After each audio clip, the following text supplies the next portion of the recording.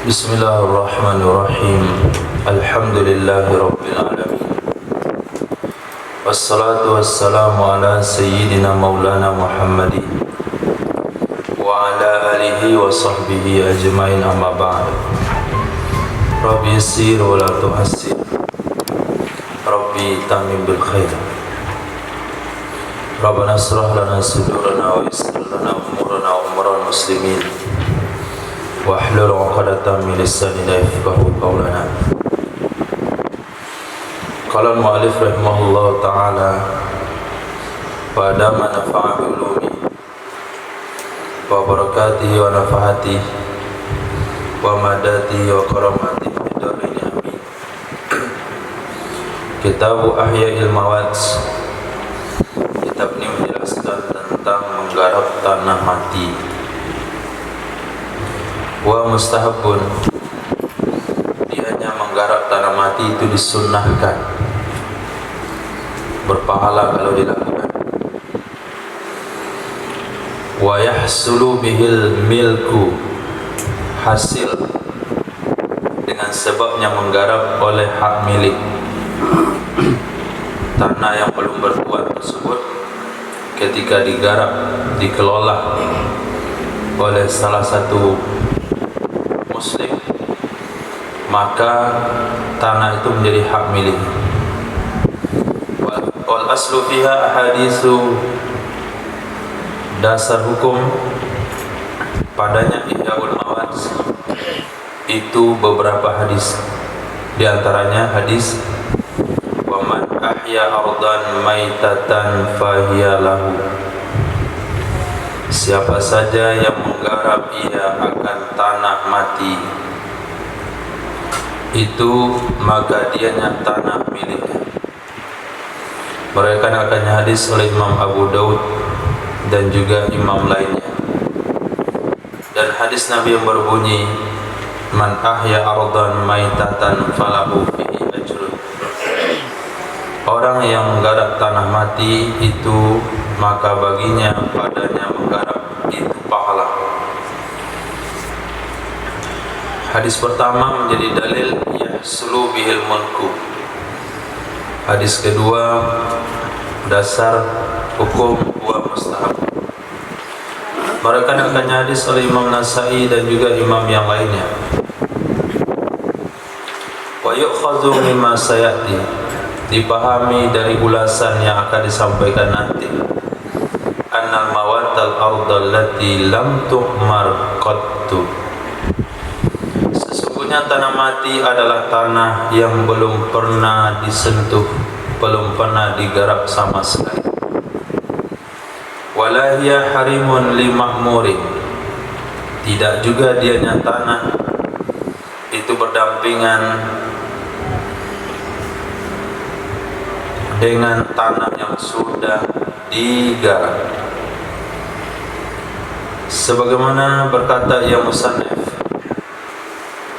al-ardul lati lam tu'mar qattu,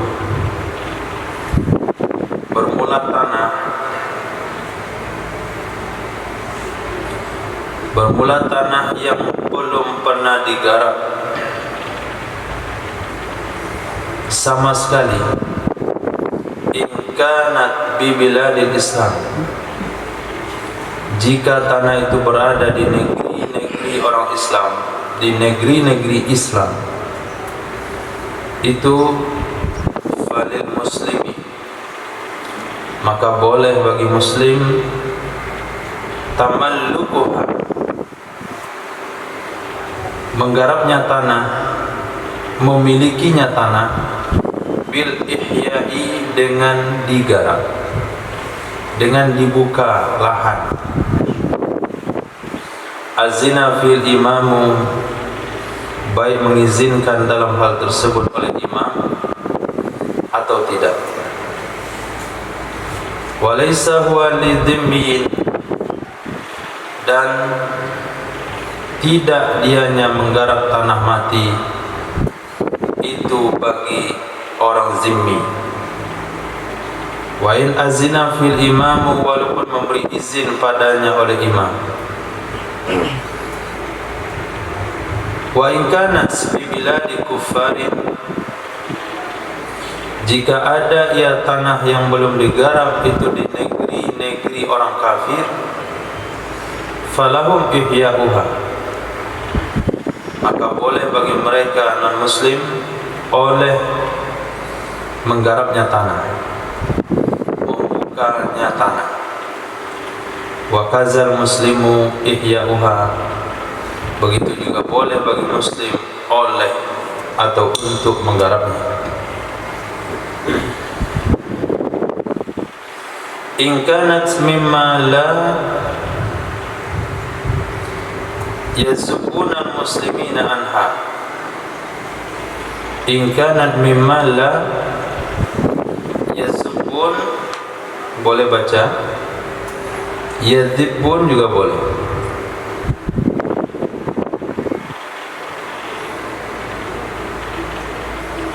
Apa itu yazub?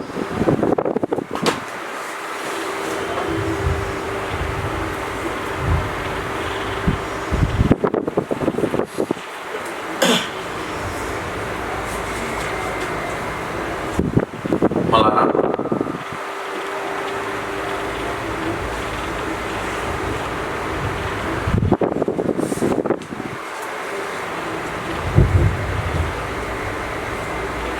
Ingkana, jika ada ia tanah itu diantara sesuatu yang tidak melarang mereka orang kafir akan orang muslim anha darinya menggarap tanah. Yazubun dibaca dengan kasrah mu'jamah, yazibun, dan juga domahnya. Fa in zabbuhum anha, maka jika melarang mereka si kafir akan mereka muslim anha darinya tanah, falaysa lil muslimi ihya'uha, maka tidak boleh bagi muslim untuk menggarapnya tanah, sebagaimana menegaskan ia Imam Nawawi dengan pendapat tersebut dalam kitab Muharrar dan yang lainnya.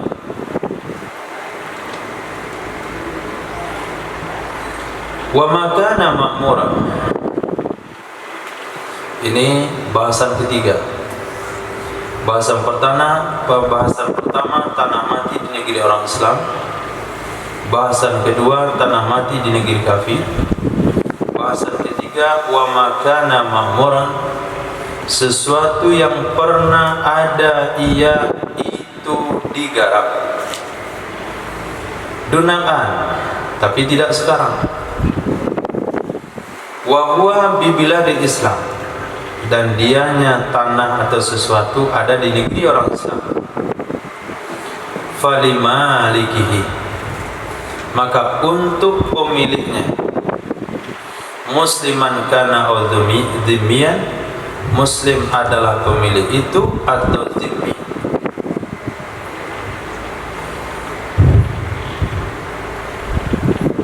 Tanah itu pernah dibuat kebun, tapi hari ini tidak lagi digarap, sudah tumbuh hutannya kembali.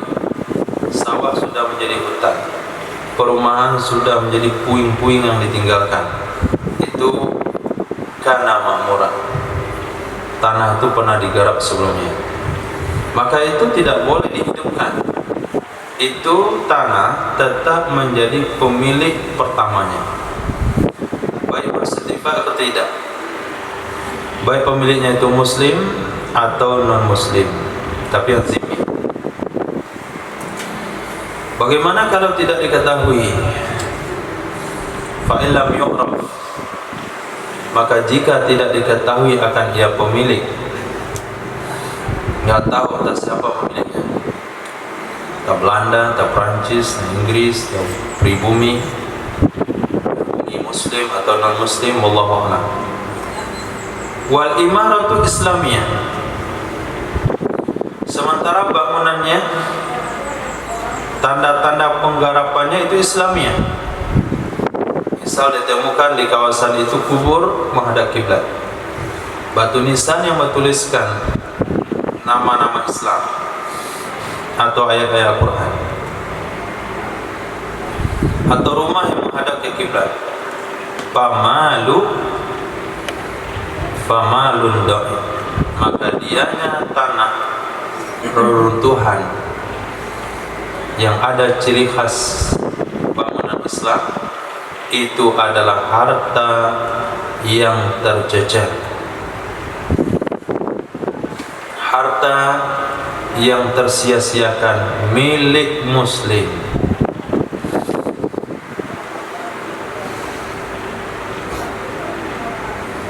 Atau milik dhimmi. Al-amru fi ila ra'il imam, bermula urusannya padanya tanah tersebut, itu bergantung kepada keputusan pemimpin untuk menjaganya, dijaga sampai ketemu pemiliknya, atau menjualnya lalu menyimpan harga penjualannya sampai nampak pemiliknya.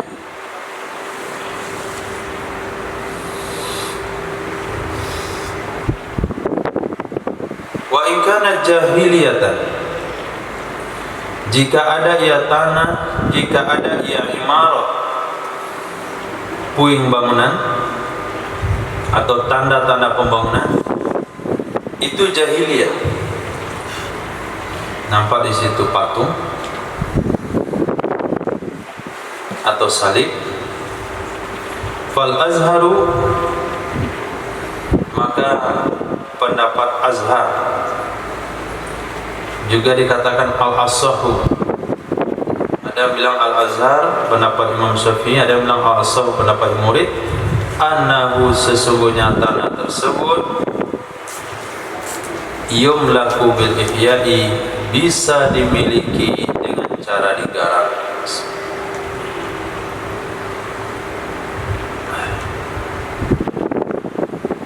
Wasani, menurut pendapat yang kedua muqabil Azhar atau asah, man'u, terlarang, gak boleh dimiliki. Li'annahu kana mamlukan, karena sesungguhnya tanah ada ia itu sudah dimiliki. Falaisa bimawat, maka tidak ia tanah itu dengan tanah mati. Dia bukan tanah mati, dia sudah dimiliki. Bagaimana dimiliki lagi barang sudah dimiliki?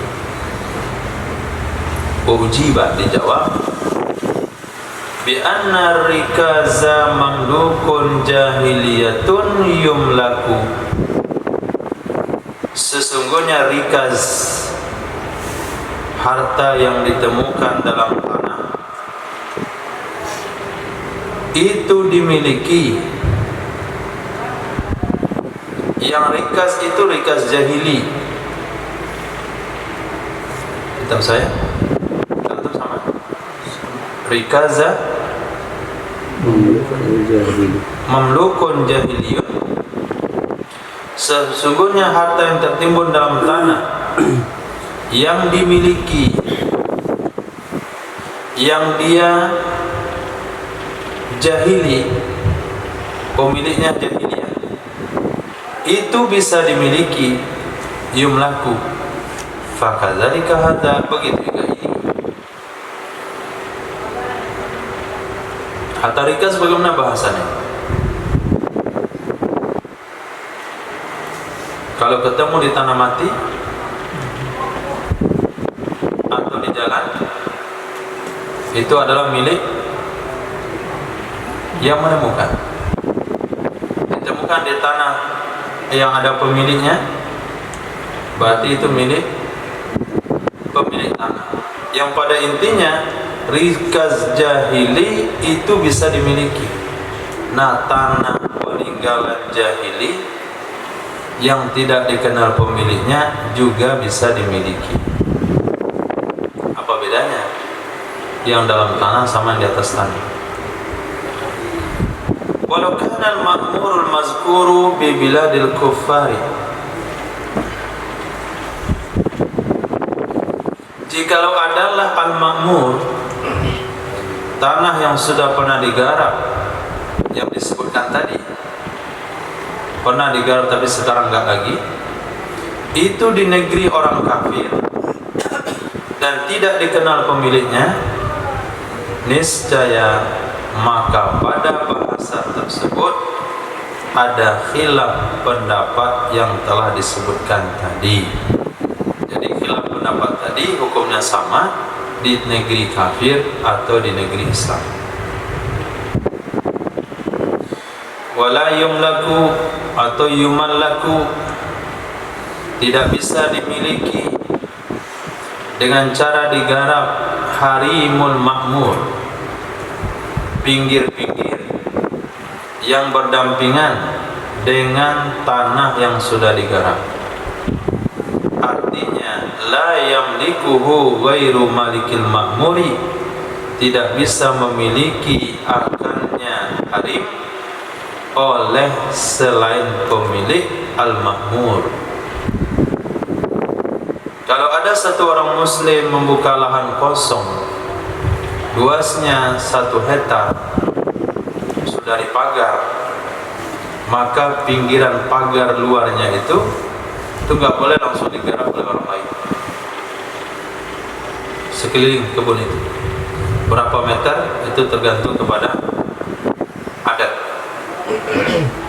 Nah, itu tidak bisa digarap, secara otomatis sudah menjadi milik orang yang punya kebun yang baru digarap tersebut. Kaidah usulnya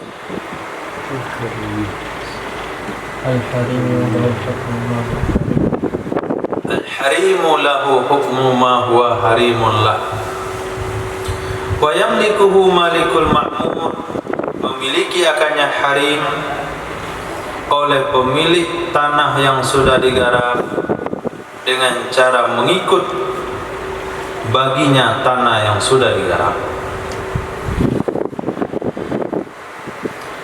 Apa definisi harim? Berapa ukurannya? Wahwa dan dianya. Artinya harim makmur, sesuatu yang berdampingan dengan tanah yang digarap, itu ma tamassul hajatu ilaih, sesuatu yang sangat memerlukan oleh hajat kepadanya sesuatu untuk menyempurnakan, mengambil manfaat dengan tanah yang sudah digarap.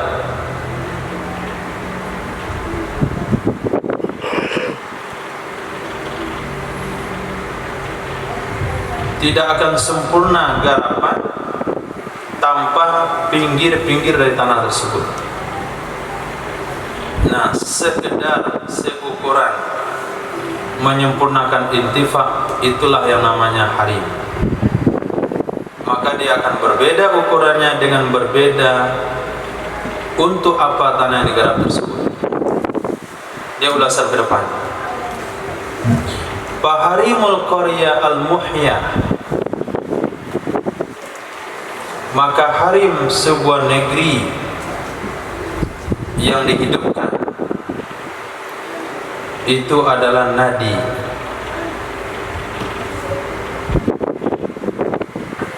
Nadi itu ukurannya seukuran nadi. Apa itu nadi? Mujtama'ul qaumi lil hadis, tempat perkumpulan manusia untuk berbincang-bincang. Itu luasnya.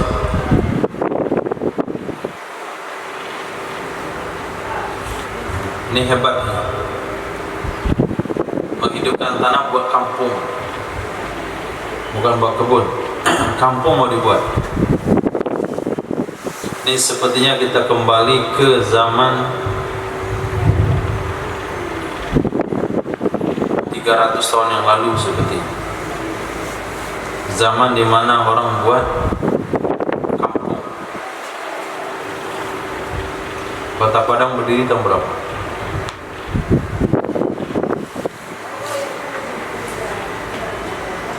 Kira-kira 70 tahun yang lalu.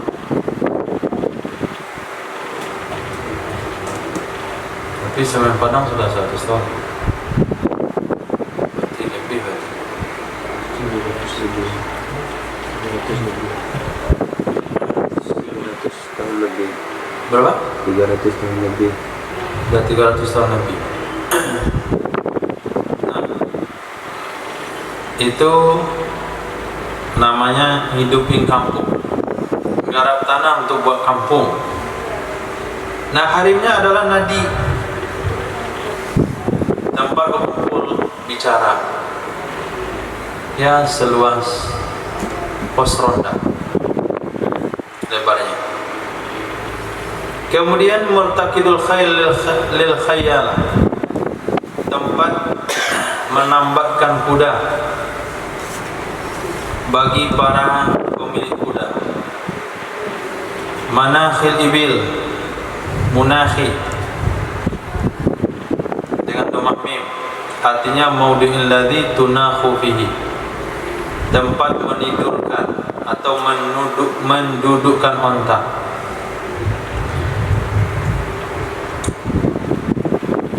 Wa matrahur ramad, tempat membuang abu dapur dan pupuk kandang dan seumpamanya seperti kandang kambing. Nah, kalau lihat aturan di sini sepertinya milik dari suku Baduy. Itu suku Baduy tidak mengizinkan dalam kampungnya ada kandang. Kandang itu di luar kampung. Bahkan sumur pun di luar kampung. WC di luar kampung. Mau ke WC itu ke Ittihad dulu. Nah,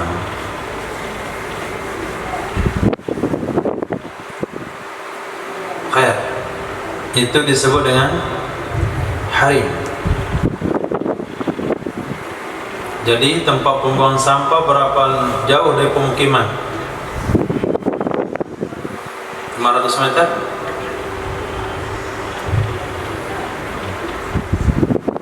Tempat menambatkan onta, tempat buat kandang, tempat orang ngobrol, tempat ronda, tempat tamu-tamu menambatkan kuda, menambatkan onta. Itu semua ada di luar dari Korea. Seluas itu tidak boleh diganggu oleh orang lain. Nah, tentu berbeda posisinya. Tempat menambat dan bicara tentu di bagian depan kampung. Pembuang sampah mungkin samping menyamping. Kandang-kandangan itu mungkin bagian belakang. Nah, hari ini penataan hal-hal seperti ini tidak lagi sesuai, sehingga hari ini orang bisa buat kandang dalam kampung, sehingga kita menikmati bau tai ayamnya disebarkan oleh angin atau ketika hujan.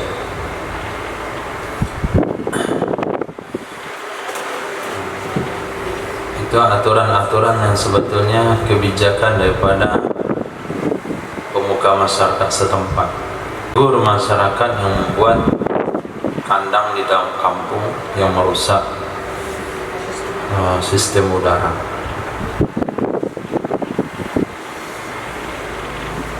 Nah, wa harimul bi'ri al-mahfurah fil mawad mauqifun nazih minha.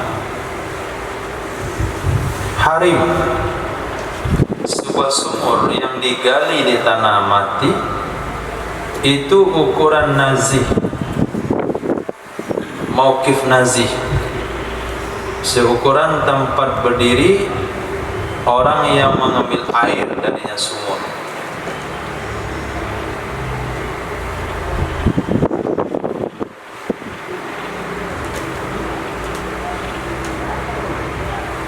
Nah, mengambil air dengan cara menimba.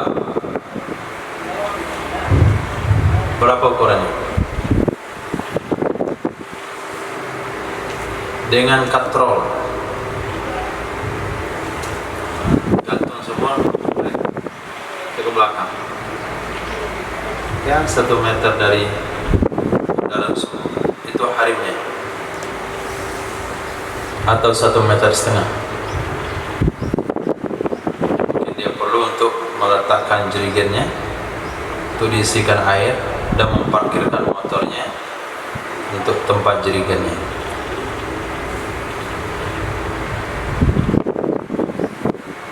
Nah, kemudian harim haud.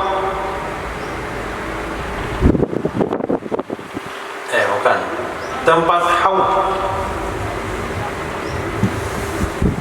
Haud itu adalah sesuatu yang menuangkan ke dalamnya sesuatu oleh orang menimba akan air. Lebih ringkasnya, maudhi'uh, tempatnya air. Jadi dia bisa berdiri di pinggir sumur itu untuk nimba air, dan dia bisa meletakkan tempat penyimpanan air yang akan diisi. Itu haud. Mengungkapkan ia Imam Rafi'i dalam kitab Muharrar dan yang lainnya dengan kata-kata masib bilma, tempat dengan alat penuang air atau penampungan air. Kemudian dulab, damahdal, maksudnya tempatnya dulab, sebagaimana ada Muharrar dan selainnya Muharrar.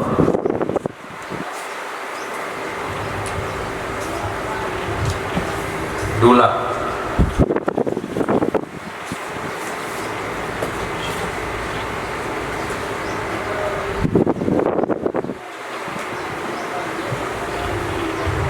Nggak ada arti dulab.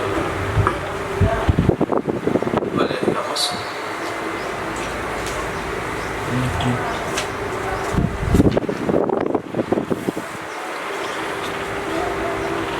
Dan mujtama ilma,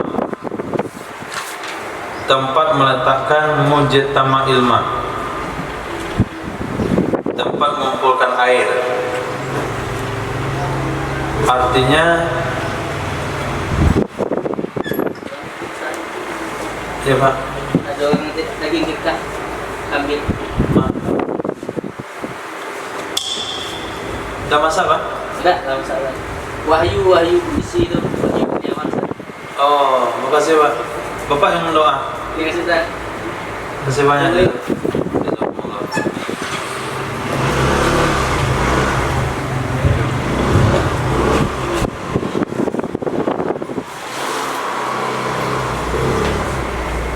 Rasanya daging akikah tidak masak. Dua saja.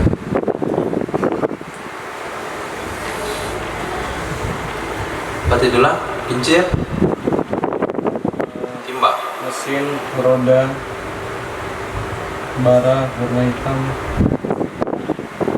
berarti Ini kunci. katrol,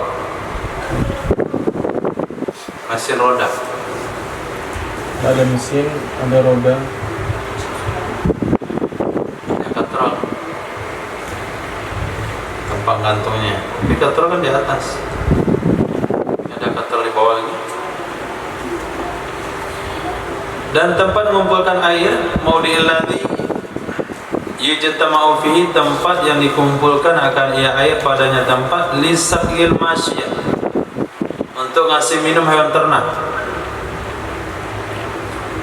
Jadi dari sumur itu ditimba air, kemudian dituangkan ke tempat yang sengaja disiapkan di kelilingnya. Jadi sapi kambingnya minum di situ.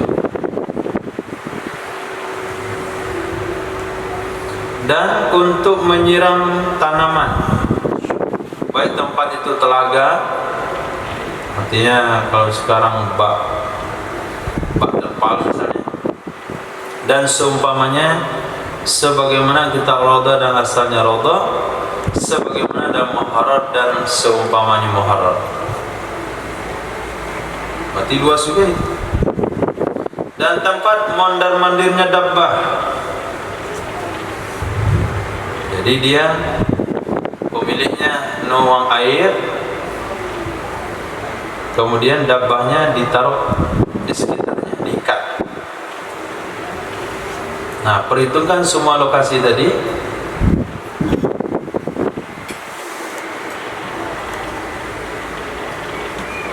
Itulah kawasan harim bagi sebuah sumur. Nah, sepertinya harimnya lebih luas daripada sumur itu sendiri.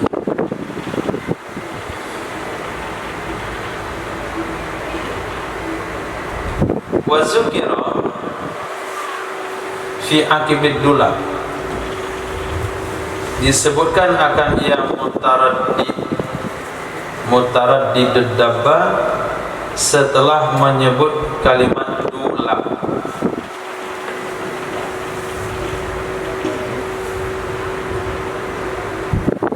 Ini mungkin dalam kitab lain.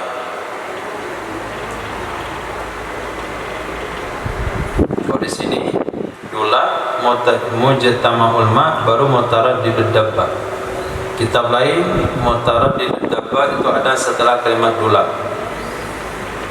Di dalam kitab Roda dan asalnya Raudhah ada kata-kata begini, in kanal istisqa bihima, jika adalah tujuan pengambilan air dengan keduanya, ternak dan tanaman. Tapi kalau tempat itu, sumur itu sengaja dibuat hanya untuk manusia, maka tidak perlu memperhitungkan mutaraddid dabba atau saqil masya atau tempat saqil zira'ah, enggak perlu. Nah, perlunya hal-hal tersebut kalau sekiranya pembuatan sumur itu bertujuan untuk memberi minum ternak dan menyirami tanaman. Wal mawdi'ul ladzi yatrahu fihi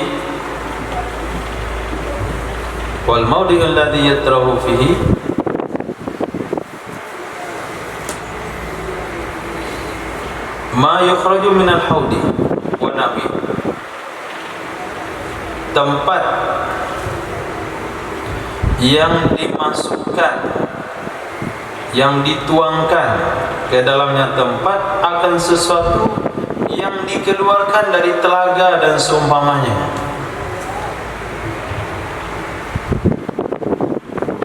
Dan seumpamanya, wa kullu dzalika ghairu mahdud, seluruhnya itu tidak dibatasi. Dari sumur dituangkan ke telaga, dari telaga dituangkan lagi ke situ. Tempat apa misalnya? Dari sumur, ambil air di sumur, masukkan ke telaga. Kemudian yutrabu fihi ma yukhraju minal haud, dituangkan kembali ke dalamnya sesuatu yang nanti dikeluarkan dari telaga. Nah, kalau sekarang dari sungai masuk ke telaga, tandon.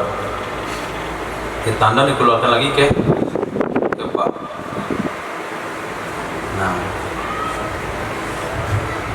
Nah, begitu susunannya.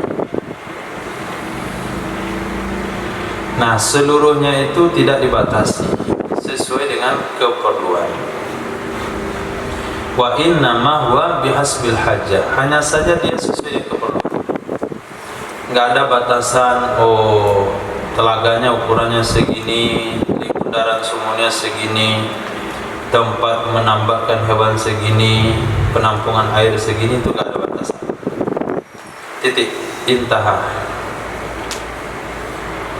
Ad-dulabu yutlaku ala ma yastasqi bihin nazih. Nah, ada terjemahnya terhadap berapa? Dula digunakan atas sesuatu yang mengambil air dengannya sesuatu oleh orang yang menimba. Apa itu? Bisa katrol, bisa tali, bisa ember. Sesuatu yang digunakan untuk menimba, talinya, embernya, katrolnya, sama tiang penyangga katrolnya. Atau ma yastasqi bihi dabbah, atau ma yastasqi bihi bidabbah, sesuatu yang ngambil air ia seorang dengannya sesuatu dengan menggunakan hewan. Misalnya kincir yang diputar oleh hewan. Dan perkataannya musannaf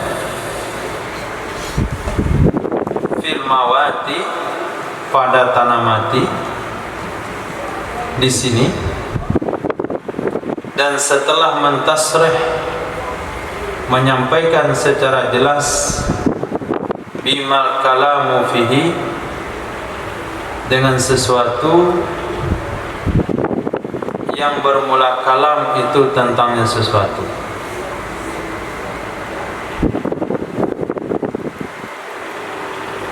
Jadi kata-kata fil mawat itu untuk penegasan saja. Kan dari kalam sebelumnya kan sudah jelas. Kita membahas apa? Ihya'ul mawat, Kitabu Ihya'il mawat. Lalu disebutkan lagi tadi sumur fil mawati, harimul bihri al-mahfura fil mawati. Diulang kembali, itu hanya penegasan. Wa harimud dahri al-mabniyah fil mawat, harim rumah yang dibangun pada tanah mati adalah matrahu romat, tempat membuang abu dapur. Nah, itu masa pakai kayu. Itu sekali seminggu abu dapur harus dibuang. Kalau enggak bisa masak, penuh dengan abu.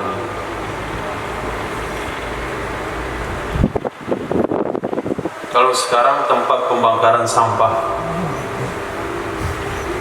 Nah, kemudian tempat membuang sampah, matrah kanasa, tempat membuang salju. Kita nggak tahu ini musim salju, itu salju diturunkan lalu dibuang. Nggak akan tunggu cair kecuali musim salju selesai. Kalau nggak mau buangnya, itu bakalan hilang rumahnya salju. Kemudian tempat lewat, jalan lintas yang sejajar dengan pintu.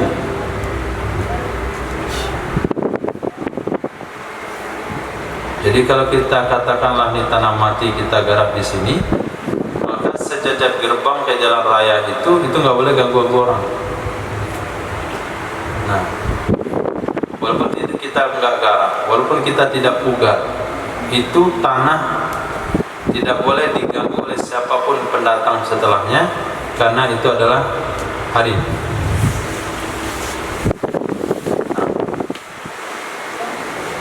Berkata Imam Nawawi dan kita Raudhah sama dengan asalnya Raudhah, la ala imtidadil mawat, la ala imtidadil mawat,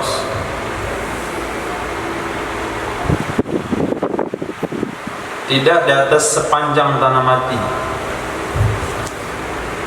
Tempat lewat hanya sejajar pintu, tidak sepanjang tanah mati itu. Fali ghairi malikiha, maka bagi selain pemiliknya tanah mati yang sudah dihidupkan, itu ihya'u ma fi qubalatil bab, menghidupkan sesuatu yang ada, ya sesuatu sejajar pintu, idza abqal mamarrallah, apabila menyisakan ia orang menggarap akan tempat lewat baginya pemilik tanah mati pertama. Jadi bukan sepanjang sejajar tanah mati yang sudah digarap pemilik kita yang menggarap, tapi harimnya hanya sejajar tempat lewat. Nabi memberikan batasan sejajar tempat lewat itu ada 3,5 meter, 7 hasta. Nah 7 hasta sejajar pintu itu nggak boleh orang ganggu. Tapi kalau menyisakan 7 hasta, itu pinggir-pinggir jalan itu masih bisa digarap oleh pemilik atau pendatang lain. Intaha. Habis dia ucapan Imam Nawawi dan minta roba.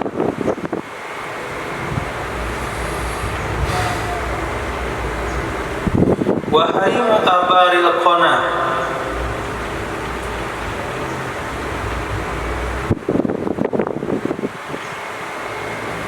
nah, habari qana,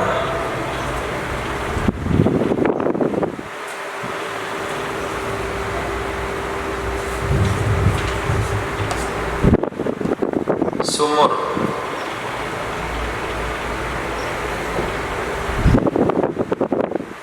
qana,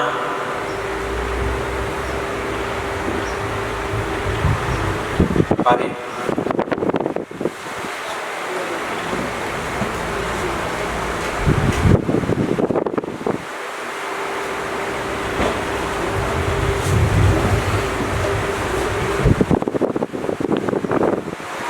Qana, sumur panjang atau parit. Qana di dasar selokan atau galian-galian selokan. Katakan sumur nanti identik dengan tempat mandi. Harim abaril qana, harim untuk galian selokan atau saluran air, ma law khufira fihi, adalah sesuatu kalau digali padanya sesuatu, naqasa ma'uha, akan kurang airnya. Nah,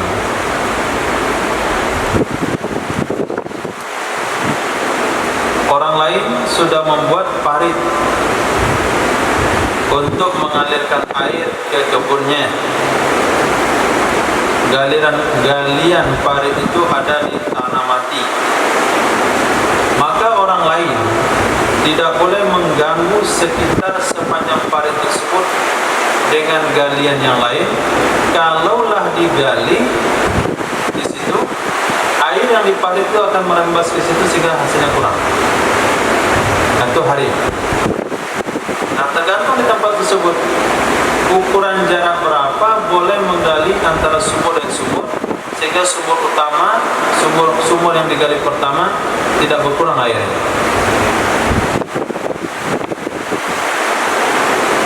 Atau dikhawatirkan inhiyar.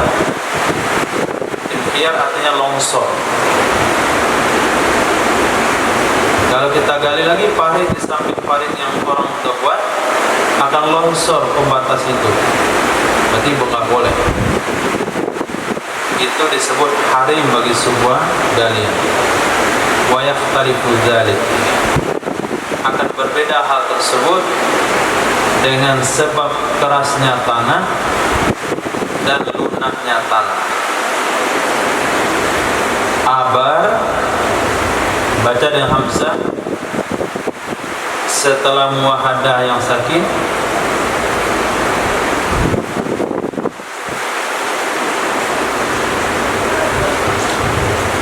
dengan hamzah setelah muwahadah ba titik satu yang sakin, berarti abar,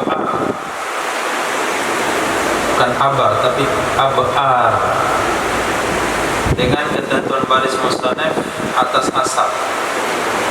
Boleh juga mendahulukan hamzah menggantinya jadi alif, jadilah abar. Boleh abar, boleh abar.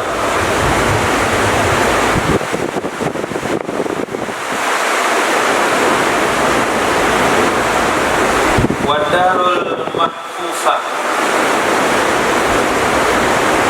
biduarin la harimalah, rumah yang dihafid dengan rumah-rumah itu tidak ada harim baginya. Rumah yang dihapit dengan beberapa rumah itu tidak ada harim baginya. Jadi dia membuat rumah di tengah rumah orang, di tengah beberapa rumah. Rumah si A berjarak rumah si B kira-kira 10 meter. Teras rumah paling enggak 3 meter.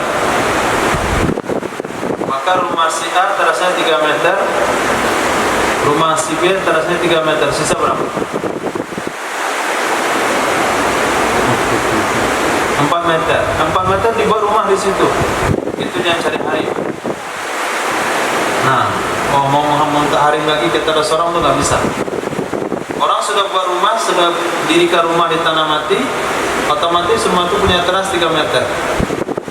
Si B 3 meter, sisa di gang itu 4 meter. Dibuat rumah. Minta harim ke sebelah? Nggak ada harim bagimu.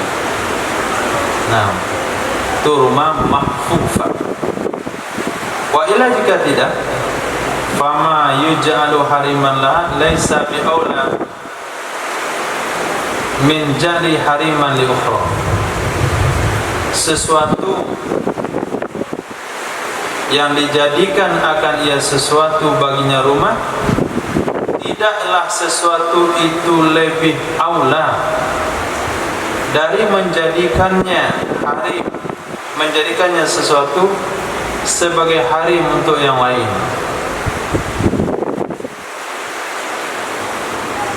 Wa tusawwarul mas'alatu, digambarkan masalah dengan bahwa dihidupkan seluruhnya serentak.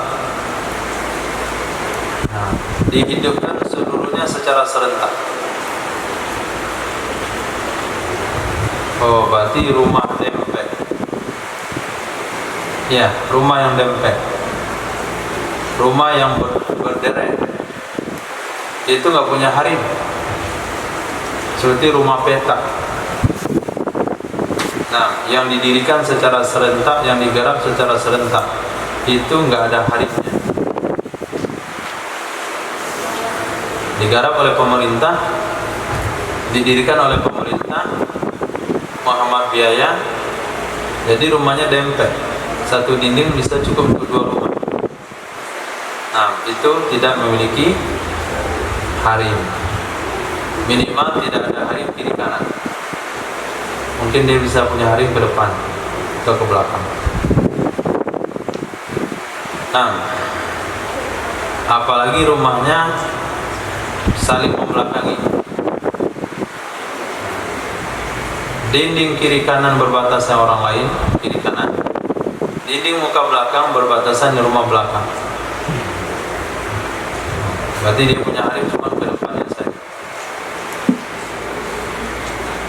Nah, paling tidak sesuatu yang mau dijadikan harim untuk dia, tidaklah dia lebih berhak dengan sesuatu itu bagi tetangganya.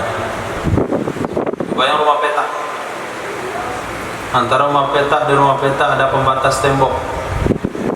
Siapa yang berhak meletakkan barang di tembok itu?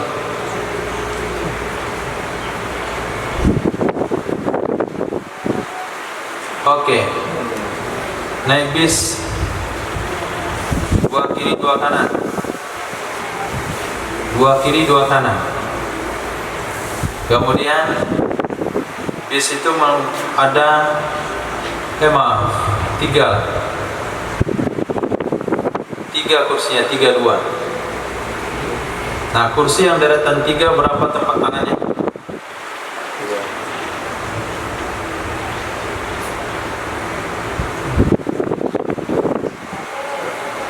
3 kursi berderetan. 3. Berapa ada tempat tangannya?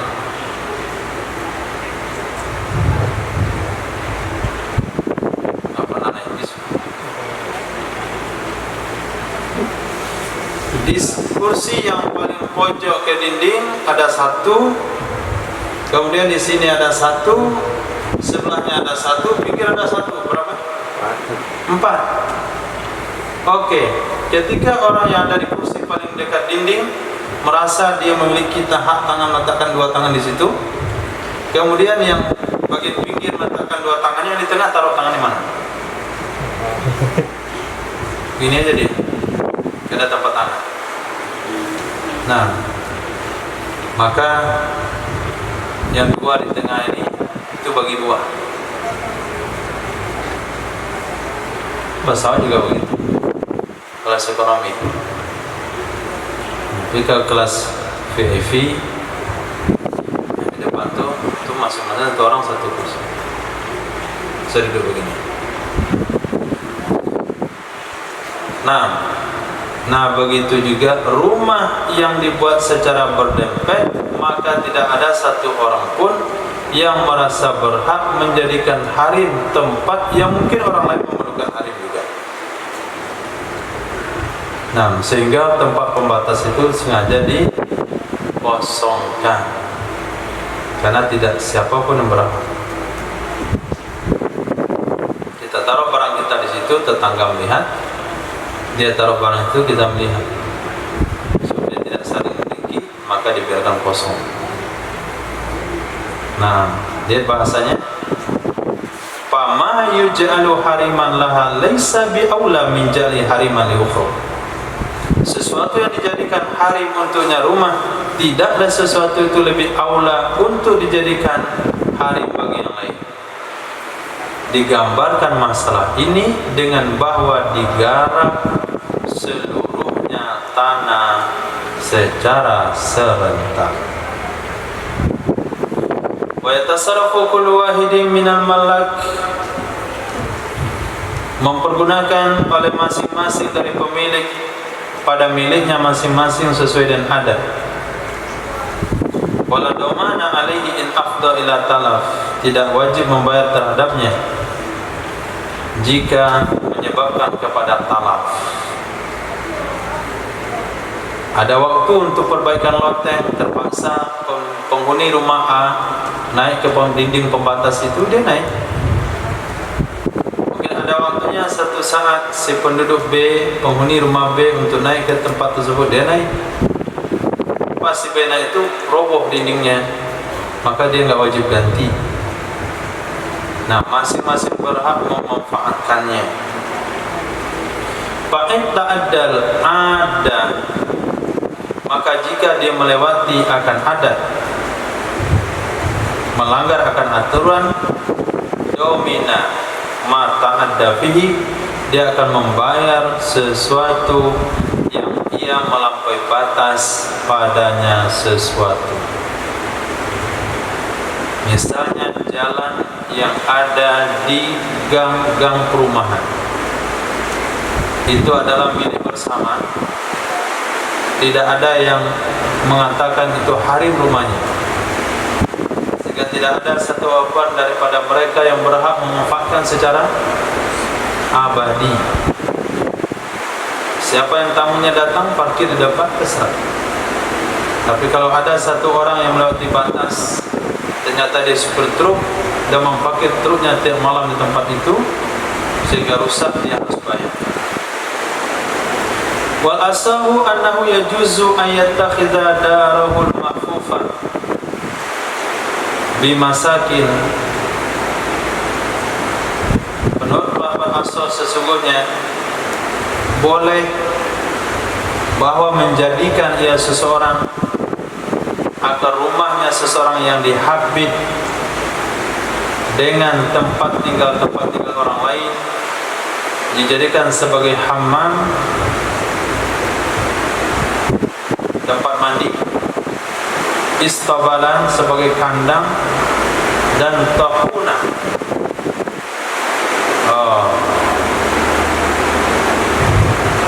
heller kalau sekarang, tempat menumbuk gandum.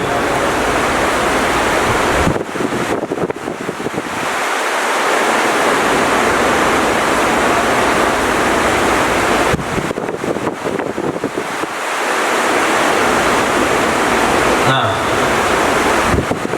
jadi tinggal di rumah petak, berdampingan kiri kanan dengan orang lain. Nah, orang yang tinggal di tengah ini dia buat rumahnya itu sebagai workshop untuk pembuatan terali misalnya, atau perabot, atau produksi kue. Itu nggak ada masalah. Atau buat tempat mandi uap, boleh-boleh saja. Yang notabene tetangga kiri kanan terganggu dengan asap produksi, bau produksi, suara produksi. Itu nggak ada larangan. Itu kandang. Ini kalau tempat kita pasti diusir orang.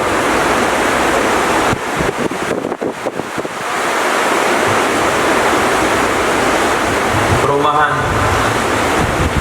kita datang kemarin, bapak itu dibuat rumahnya di kanan kuda misalnya.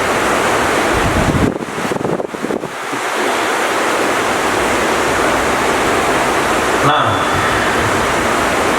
wa hanutu fil bazazin, hanutu haddad.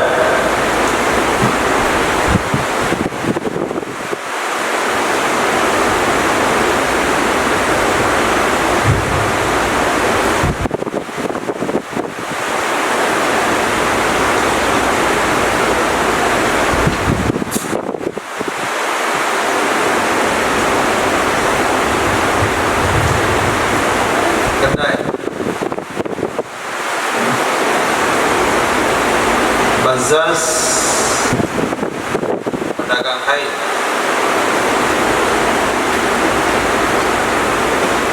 Hanut haddad, pedagang besi atau pandai besi. Menurut pendapat asal, hanutahu atapnya kedarohu, ulang amilnya wal asahu annahu yajuzu an yattakhidha.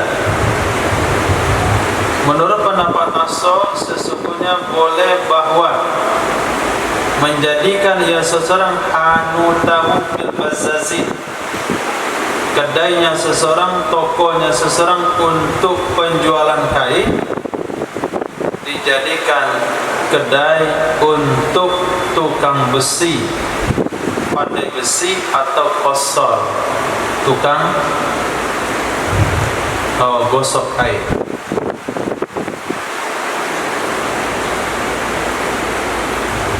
Nah, ini ceritanya kedai berderet.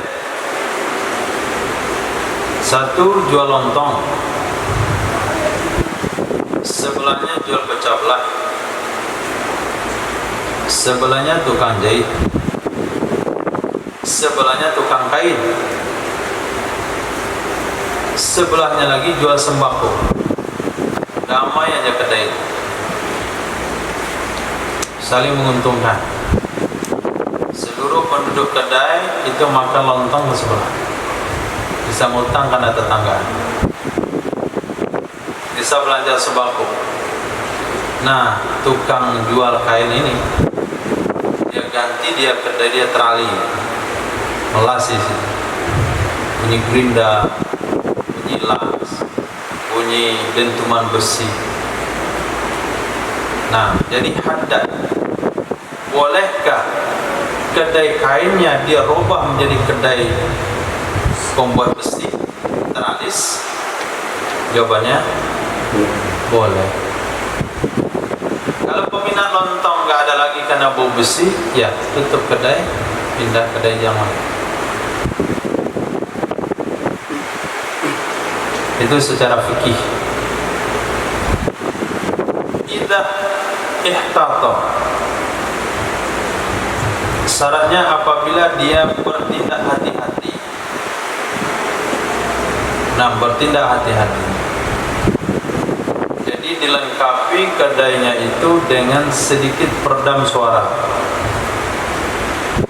dan menyalurkan asap busuknya ke tempat tertentu sehingga tidak terlalu mengganggu tetap, tapi tidak terlalu mengganggu tetangga yang lain. Wa akamal jadarain, dan dia memperkokoh dinding-dinding dengan sesuatu yang layak ia ada maksudnya.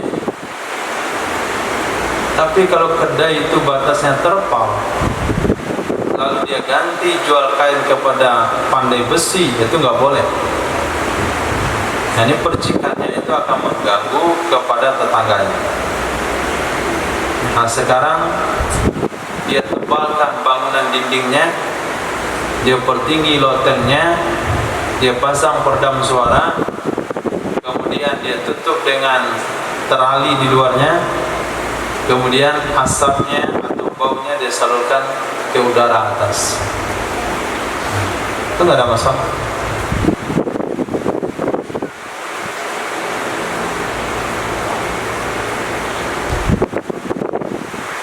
Jangankan asap pandai besi, asap bau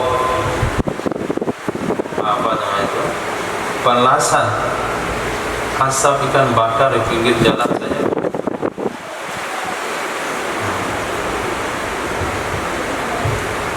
Wasani yang tani udhalik, menurut pendapat kedua tercegah hal demikian.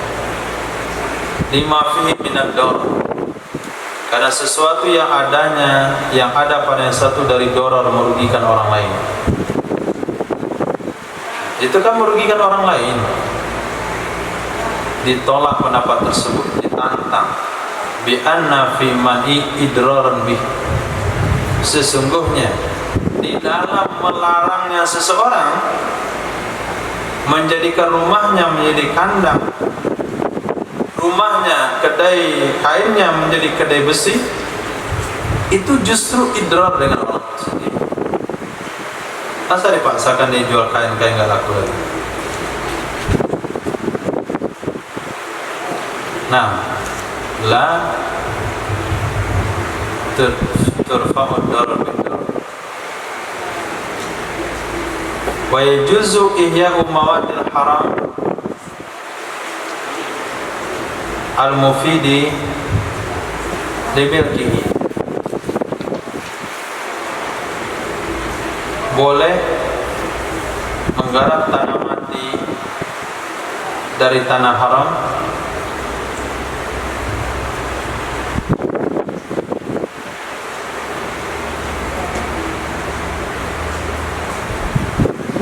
wa yajuzu ihya'u mawadil haram.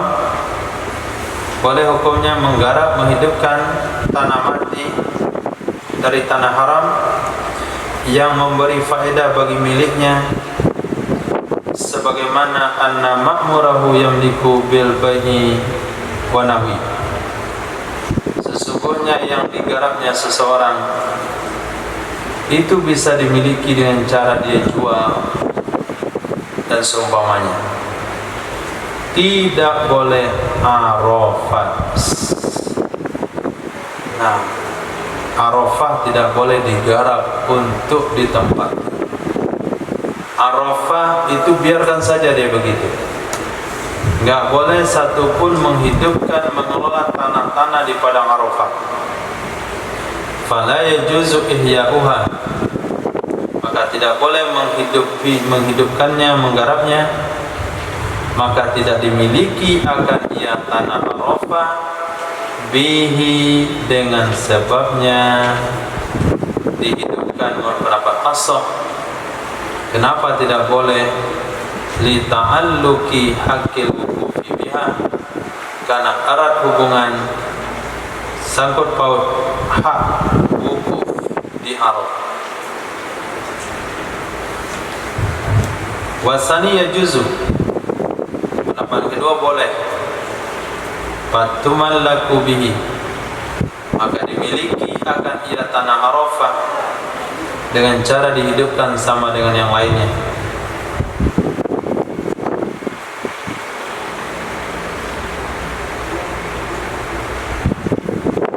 Wa fi baqa'i haqqil wukuf, dalam masalah kekalnya hak wukuf terhadap ini,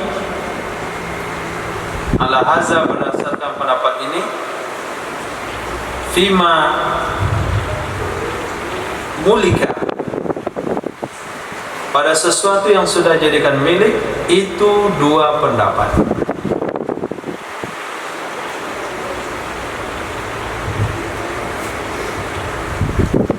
Nah, ada dua pendapat. Kita ikut pendapat yang kedua, seseorang boleh menggarap tanah pada Arafah. Nah, kalau kita ambil pendapat itu, apakah tanah yang sudah dimiliki itu masih bisa digunakan untuk wukuf? Masih punya hakkah jamaah haji untuk wukuf di situ? Sehingga pemilik rumah nggak boleh melarangnya. Kalau jadikan kebun, pemilik kebun nggak boleh melarangnya. Ada dua wajah. Apakah kekal haknya wukuf bersama masih luas yang sisa, atau dengan syarat sempit yang sisa untuk jamaah haji? Dua pendapat juga. Satu pendapat mengatakan tanah yang sudah digarap tidak boleh lagi wukuf, tidak berhak jamaah haji untuk wukuf di situ. Si penggarap boleh melarang. Pendapat kedua mengatakan tidak boleh. Nah, dia tidak berhak melarangnya. Hak wukuf masih ada pada tanah yang miliki tersebut. Sehingga ketika musim-musim haji, dia masih mempersilahkan siapa saja yang mau wukuf di tempat itu. Nah, kekalnya hak wukuf itu, apakah mesti disyaratkan tempat yang lain sudah sempit, ataukah ketika tempat lain masih lapang, dia masih bisa ditempati? Khilaf lagi. Qultu, Muzdalifah dan Mina sama dengan Arafah, Allah. Jadi tidak boleh menggarap tanah Muzdalifah dan tanah Mina. Artinya tidak boleh menghidupkan dua lokasi itu menurut pendapat ashab. Sebagaimana mengungkapkan ia musannaf dengan pendapat Tashihat Tambih, sebagaimana menegaskan dengannya pendapat oleh Tashihat Tambih, dan di dalam kitab Raudhah, sepantasnya bahwa adalah hukum pada keduanya Arafah, pada keduanya Mina dan Muzdalifah, itu sama dengan Arafah karena ada maksud. Maksudnya adalah tempat-tempat di mana jamaah haji memerlukannya. Wukuf sebagaimana Arafah diperlukan. Wa yakhtalifu tahwitul buq'ah, dan berbeda cara memagar lokasi yang digarap. Tahwid, dan berbeda tinggal wa yakhtaliful ihya, dan berbedalah cara menghidupkan bihasabil ghardimin, sesuai dengan tujuan dari menghidupkan tanah tersebut. Fa'in arada maskanan, jika menginginkan ia seseorang untuk menjadi tempat tinggal, usturito, niscaya disyaratkan untuk hasilnya menghidupkan akan memagar lokasi dengan batu bata bakar atau batu bata yang dikeringkan, atau semata-mata tanah, atau dengan papan-papan kayu dan bambu sesuai dengan adat. Nah, di tempat kita pagar tempat tinggal, tembok sama terali, tidak ditemukan pagar pekarangan rumah bambu. Dah. Itu jalan pasaraya sampai ke Indaro, kayu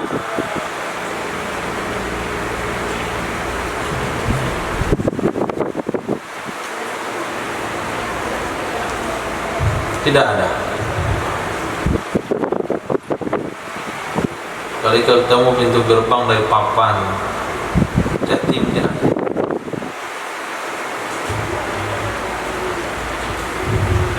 Tapi kalau Papua itu kayu.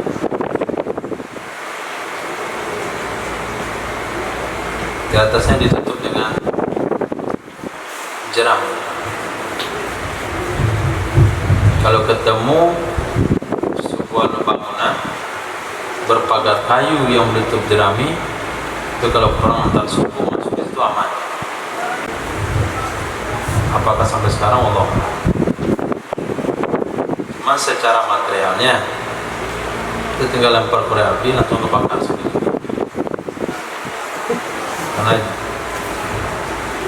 jerami dilalang sama hijau. Nah, sesuai dengan adat setempat.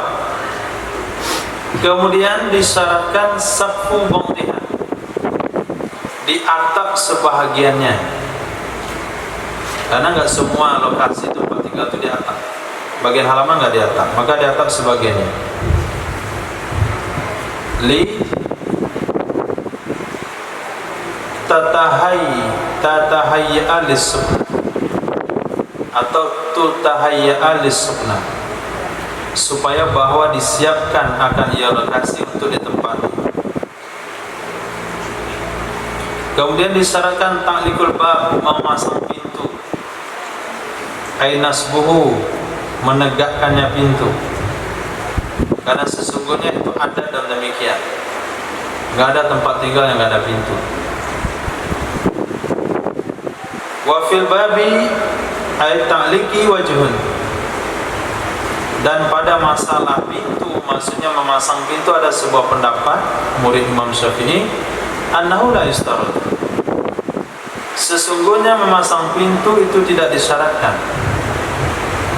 Li'annahu lil hifzi was sukna, li'annahu lil hifzi was sukna la tatawaqqafu alaihi, sesungguhnya pintu itu untuk menjaga, sebetulnya menjaga supaya mudah masuk keluar.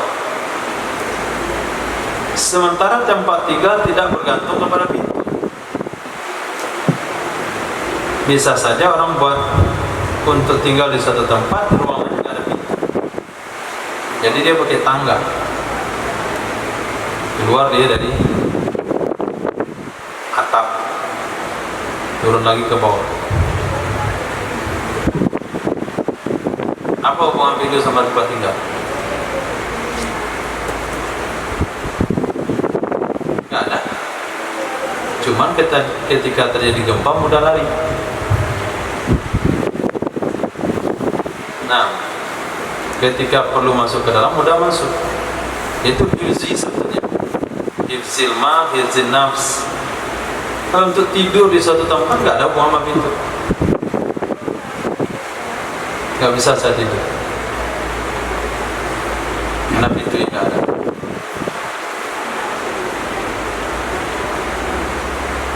Nyenyak tidurnya karena pintunya mahal.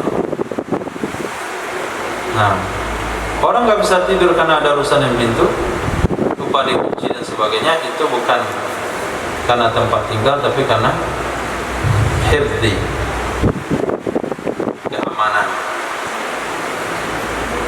Kemudian atau kepada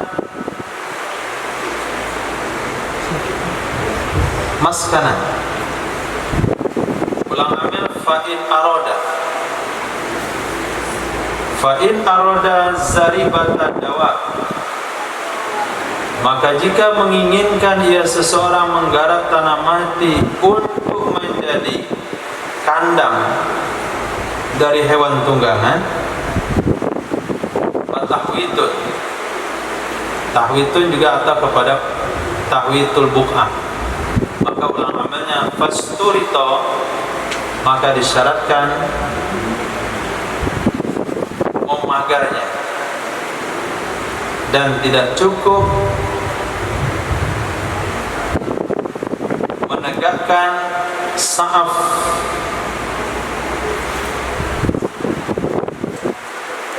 Tidak cukup menegakkan sa'af.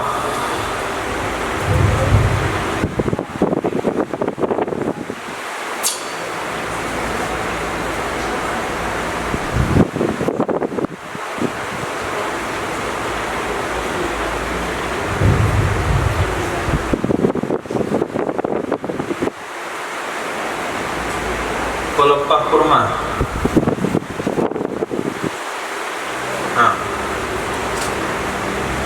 Tidak cukup hanya sekadar menancapkan atau menegakkan pelepah kurma atau batu-batuan dari tanpa ada bangunan, cuma ditancapkan beberapa bambu atau didirikan beberapa batu, maka itu belum cukup untuk dijadikan subhanallah. La saqfun, tidak disyaratkan memberi atap. Li'anna al-adata fiha adam, karena kebiasaan pada kandang itu enggak di atap. Itu zaman beliau. Zaman sekarang semua kandang di atap. Kandang sapi, kandang kerbau sekalipun, kerbau kan identik sama air. Nah, bahkan kerbau itu mau bikin kubangan di kandangnya, itu dia selalu dalam air. Nah, itu kandang kerbau pun di atap sekarang.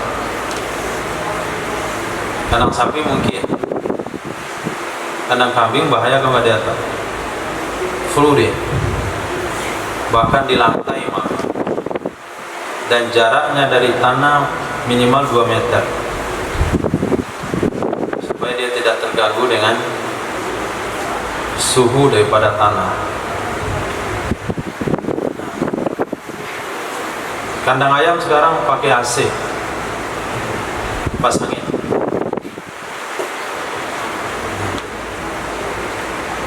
dan full musik. Nggak tahu teman, saya baru tahu juga. Jadi ayam-ayam yang dikembangkan untuk dibuat bertelur, apalagi tinggal di pinggir jalan, itu full musik 24 jam. Bangun subuh-subuh udah ada musik, sampai jam pagi masih ada. Ternyata ayam itu perlu hiburan.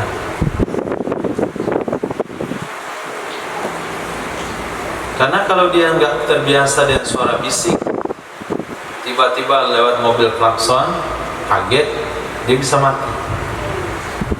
Tiba-tiba petir, dia ngumpul mati. Ada motor blong, motor knalpot blong, dia ngumpul mati.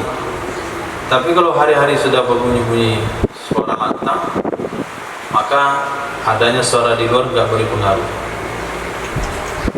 Nah, itu ayam-ayam abad modern. Maka para penanam modal di Payakumbuh itu penanam modal mencari pemilik kandang, nanti bagi hasil. Jadi orang-orang kampung hanya siapkan tenaga sama kandang. Maka orang punya uang, dia datang ke kandang itu, saya tanam 5.000 ekor ayam, merawat, saya kasih makan, kirim makannya. Nah, hari ini kandang yang nggak ada kipasnya itu tidak diminati oleh pemilik modal ayam. Harus siapkan kipas. Nah, harga kipasnya itu jutaan. Bundarannya itu selebar tandon itu. Kalau antum lihat tuh kipas di tengah-tengah mesin ayam itu. Nah, tapi khusus untuk ayam, yang kualitas ayamnya, bukan kualitas orang. Nah, begitu kandang hari ini. Sesuai dengan adat. Nah, di adat di zaman beliau adalah ada pihak Adam. Di zaman beliau itu kebiasaan kandang tuh nggak pakai atap. Wafil babi, dalam masalah memberi pintu, apakah kandang hewan itu kasih pintu atau tidak, itu khilaf dalam masalah tempat tinggal. Atau kembali kepada maskana. Ulang amil apabila menginginkan ia seseorang menghidupkan tanah mati untuk mazra'ah, persawahan, maka disyaratkan jam'ut turab haulaha, mengumpulkan tanah, artinya membuat gundukan tanah di sekelilingnya, liyam fasilal muhya an ghairi, supaya terpisah yang digarap dengan yang tidak digarap. Wa adda damira 'alaiha bi'tibaril ma', mengembalikan ia musannaf akan domir di atasnya dengan memperhitungkan harta.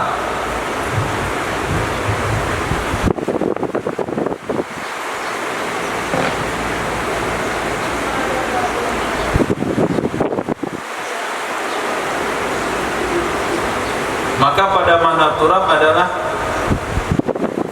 semana yang turab adalah bambu, batu, duri.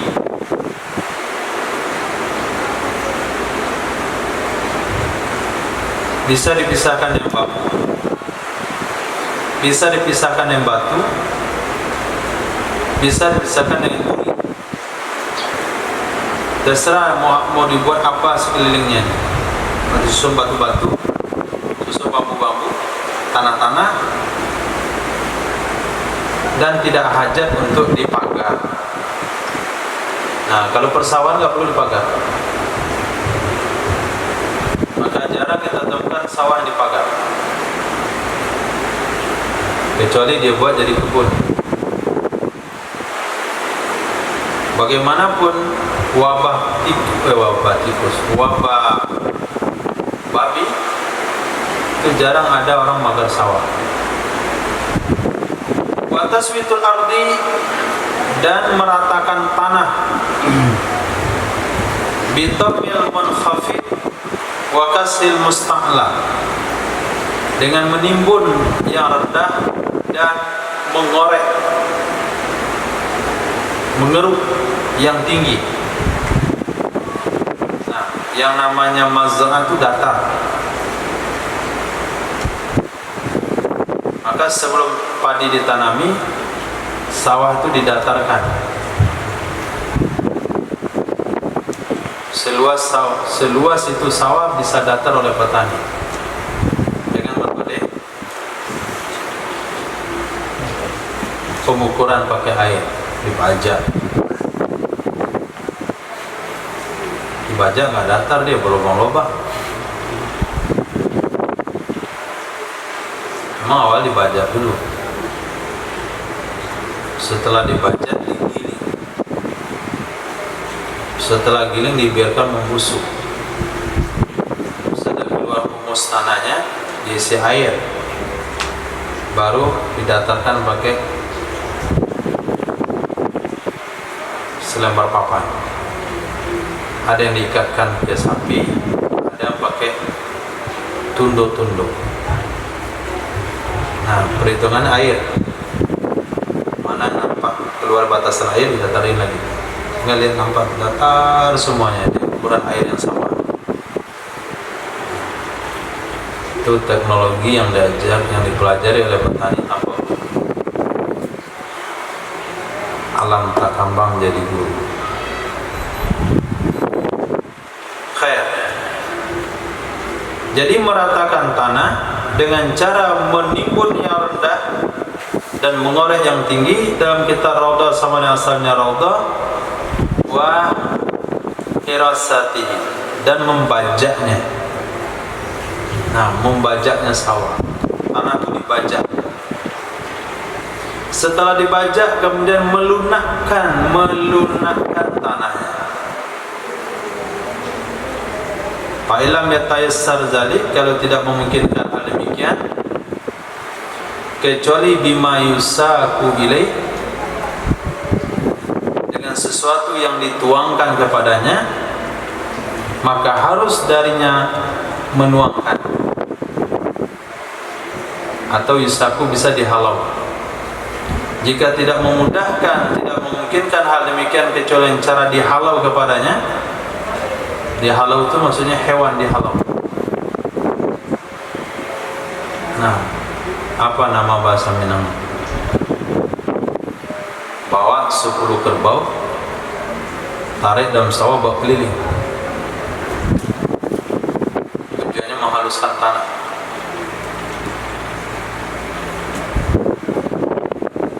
Nah, kalau pakai kuda itu lebih mudah lagi. Pakai kuda, tancapkan pasak di tengahnya, cukup kuda itu dibuat 3 keliling, dilepaskan, dia mutar sendiri sampai talinya itu mutar ke pusat di tengah. Jadi diameter itu putar sampai lunak tanah. Apa namanya? Orang pesisir bilang apa? Orang Medan bilang apa? Melunakkan tanah dengan cara menarik beberapa kerbau atau sapi di dalamnya. Nah, kambing nggak usah. Apa namanya?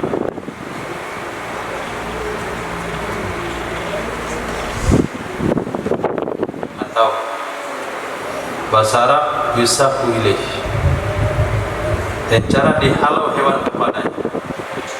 Enggak mudah melunakkan tanah kecuali dengan cara dihalau hewan kepadanya, maka harus darinya menghalau hewan.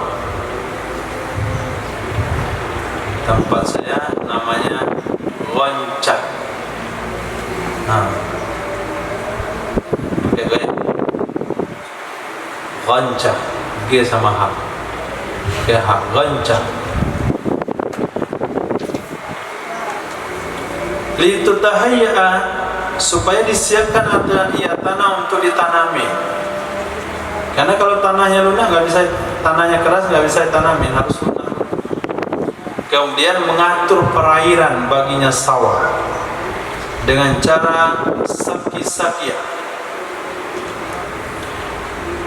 membelah saluran dari sungai kah atau sumur,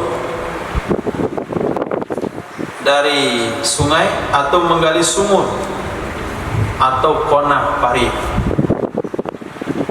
Illam yakfihal matarul mu'tad, jika tidak mencukupi akannya persawahan oleh hujan yang biasa.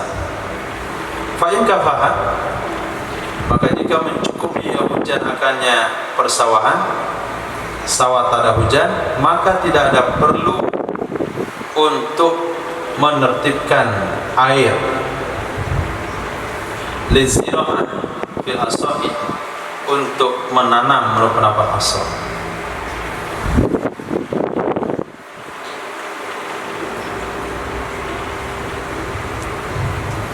Li'anna istifa'u manfaat, karena sesungguhnya persawahan itu sudah bisa diambil manfaat. Wa huwa kharijun anil ihya, dia sudah keluar daripada dihidupkan. Pendapat kedua mengatakan la budda minha, harus darinya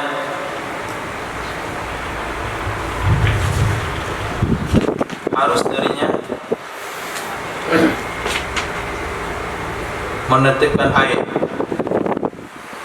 Karena sesungguhnya rumah itu tidak akan jadi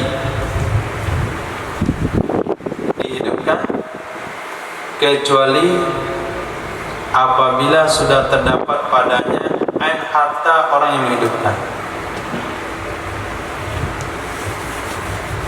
Tanah yang dihidupkan untuk tempat tinggal itu tidak akan maksimal jadi dihidupkan kalau di sana nggak ada harta orang yang menghidupkan.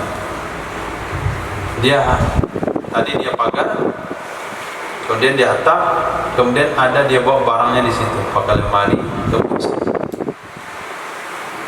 Nah, begitu juga persawahan. Maka tidak akan jadi sawah kalau tidak ditertibkan perairannya.